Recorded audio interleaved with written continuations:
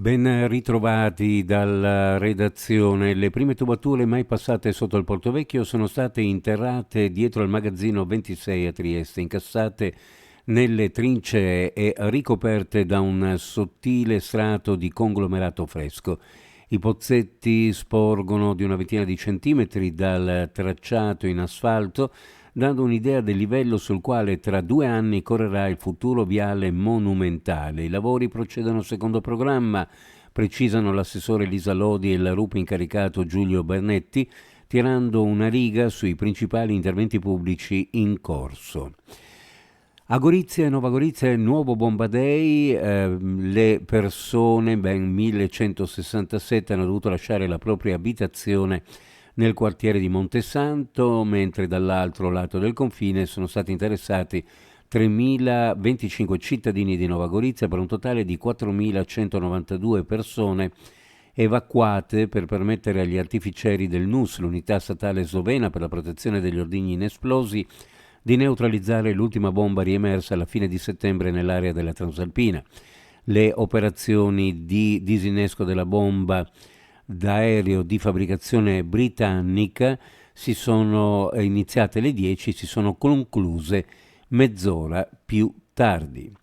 Un insegnante di musica del Conservatorio Tartini di Trieste è accusato di violenza sessuale nei confronti di una studentessa che all'epoca dei fatti era minorenne. Il docente avrebbe dato un bacio in bocca alla ragazza. L'episodio, fin qui presunto, non è recente, risale a prima del giugno del 2017. È venuto a galla dopo che la giovane, oggi maggiorenne, nei mesi scorsi è andata a riferire ai dirigenti del conservatorio quanto avrebbe subito in passato, i quali hanno quindi informato la Procura della Repubblica di Trieste con un esposto. Il PM Lucia Baldovin ha aperto un fascicolo. Chiusa l'indagine, il caso è ora finito in tribunale. Il professore sarà giudicato con rito abbreviato. L'udienza è in programma questo mercoledì davanti al GUP Luigi Dainotti. L'imputato è difeso dall'avvocato Alessandro Giadrossi del Foro di Trieste. Il piccolo Friuli Venezia Giulia è una delle regioni più virtuose per quanto riguarda dono di sangue e plasma a livello nazionale, merito prima di tutto degli oltre 50.000 donatori, ma anche della stretta sinergia tra la regione, le aziende sanitarie e le associazioni attive in modo capillare sul territorio. Una collaborazione che si è risaldata nel corso del convegno all'auditorium del Palazzo della Regione Udine. La donazione del plasma è una sfida per il futuro con l'obiettivo condiviso di non adagiarsi sugli allori.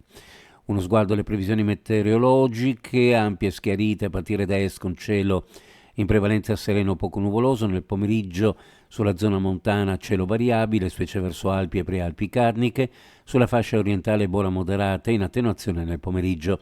Temperature massime in pianura fra 20 e 23 gradi, sulla costa fra 19 e 22 gradi centigradi. Previsioni a cura di ARPA e FVG Meteo. Ed è tutto per il momento con l'informazione, grazie per averci seguito, a più tardi.